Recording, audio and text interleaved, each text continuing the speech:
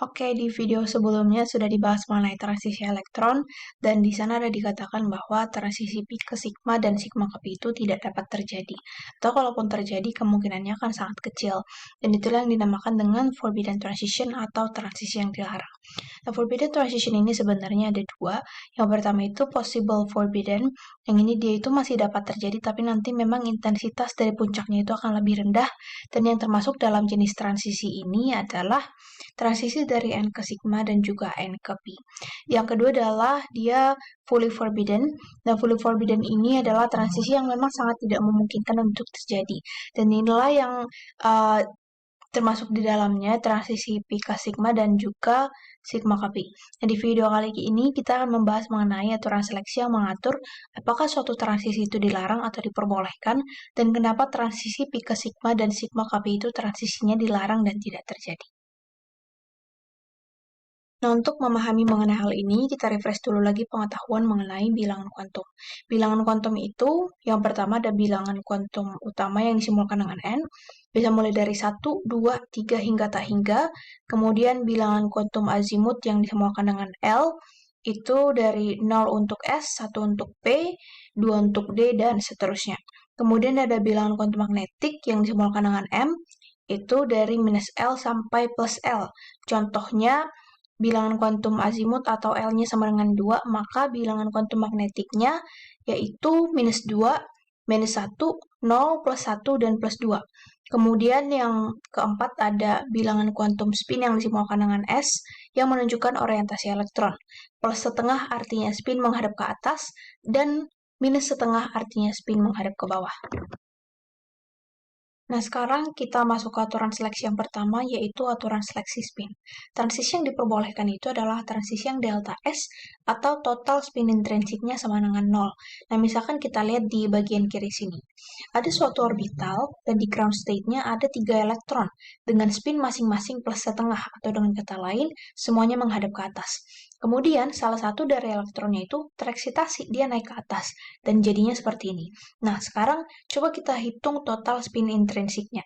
Delta S sama dengan, tadi kan dia di sini, menghadap ke atas, berarti plus setengah dikurang. Setelah dia tereksitasi, dia akan tetap menghadap ke atas, berarti plus setengah. Plus setengah dikurang plus setengah sama dengan 0. Delta S sama dengan 0, berarti ini secara aturan seleksi spin, transisinya diperbolehkan. Nah, coba kita lihat di bagian kanan. Di suatu orbital, di ground state ada 3 elektron dengan bilangan spin masing-masing plus setengah. Kemudian, salah satu elektron di ground state ini tereksitasi, dan bisa kita lihat ini bentuknya jadi seperti ini. Karena di sini tadinya udah ada elektron 1, jadi elektron yang tereksitasi tadi jadi berubah arah spinnya, yang ini yang merah. Nah, coba kita hitung total spin intrinsiknya sekarang. Delta S sama dengan, tadi kan dia di sini, menghadap ke atas, berarti plus setengah, dikurang. Setelah dia tereksitasi, dia jadi menghadap ke bawah, dia berubah arah spinnya, berarti dikurang minus setengah. Minus ketemu minus jadi tambah, setengah tambah setengah, hasilnya sama dengan 1. Delta S atau total spin intrinsik tidak sama dengan 0, berarti dari aturan seleksi spin, transisi ini dilarang. Aturan seleksi yang kedua adalah aturan seleksi Laporte atau disebut juga sebagai aturan seleksi orbital. Nah, di sini aku udah gambar masing-masing untuk orbital S, P, D, F, dan G, di mana bagian-bagian yang diarsir itu artinya muatannya sama. Misalkan di sini orbital S, arsirannya itu ada di sekeliling orbital karena memang untuk satu orbital S muatannya sama di sekeliling orbital. Misalkan di sini muatannya itu positif. Kemudian di orbital P ini, misalkan yang diarsir itu adalah yang bermuatan positif, berarti yang tidak diarsir itu adalah yang bermuatan negatif. Begitu juga dengan orbital D, F, dan G. Nah, sekarang coba kita balikan masing-masing dari orbital ini, dan kita lihat apakah bentuk dan muatannya masih sama setelah kita balikan 180 derajat. Kalau iya, nanti kita kasih huruf G, diambil dari kata bahasa Jerman, Gyrate, yang artinya sama. Dan kalau nggak sama, nanti kita kasih huruf U untuk ungyrate, dari bahasa Jerman juga, yang artinya tidak sama. Misalkan untuk orbital S, atas dan bawah kan sama aja posisi arsir atau orbitalnya. Berarti kita kasih huruf G untuk gyrate. Untuk P, arsirannya kan jadi berubah. Tadinya arsirannya di atas, jadi di bawah. berarti kita kasih huruf U, D ini tetap posisinya, berarti G. Untuk F, D jadi berubah, kita kasih U untuk ungerate, dan G itu kita kasih gerate, karena tetap sama. Nah, di sini udah dituliskan bahwa transisi yang diperbolehkan itu adalah transisi dari G ke U atau U ke G, sedangkan kalau yang G ke G atau U ke U itu dilarang atau forbidden. Berarti sekarang kita udah tahu transisi mana aja yang boleh. Misalkan dari S ke P itu boleh, karena kan dari G ke U, atau dari F ke G itu bisa karena dari U ke G. Sedangkan misalkan dari S ke D itu nggak bisa karena dari G ke G, atau dari P ke F itu tidak bisa karena dia dari U ke U, dan seterusnya. Oke, sekarang kita masuk ke pertanyaan, mengapa transisi pi ke sigma dan sigma ke pi itu tidak memungkinkan untuk terjadi? Pertama, kita lihat dulu bagaimana ikatan sigma terbentuk. Nah, dengan orbital S, ikatan sigma akan terbentuk seperti ini. Misalkan ada orbital S positif, bertemu dengan orbital S positif, mereka bergabung, maka akan diperoleh bentuk yang begini.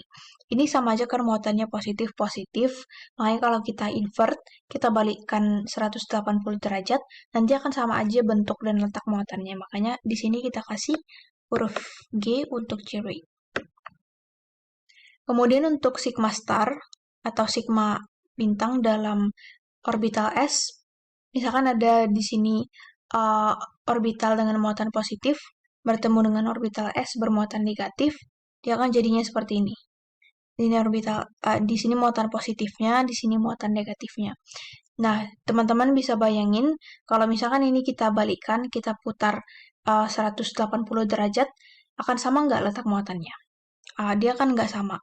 Nanti akan di sini yang muatan negatifnya, positifnya nanti akan di sebelah sini. Dia kan tidak sama, berarti kita kasih U untuk ungerate.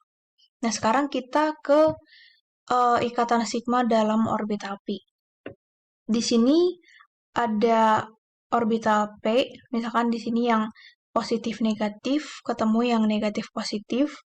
Nanti muatan yang sama ini akan menyatu membentuk suatu lobus yang lebih besar di tengah. Jadi di tengahnya ini muatan negatifnya, di kiri dan kanannya ini lobus yang lebih kecil muatannya positif. Dan kita bayangkan coba kalau ini dibalikkan 180 derajat, ini kan letak muatannya akan sama. Berarti kita kasih huruf G untuk gerate.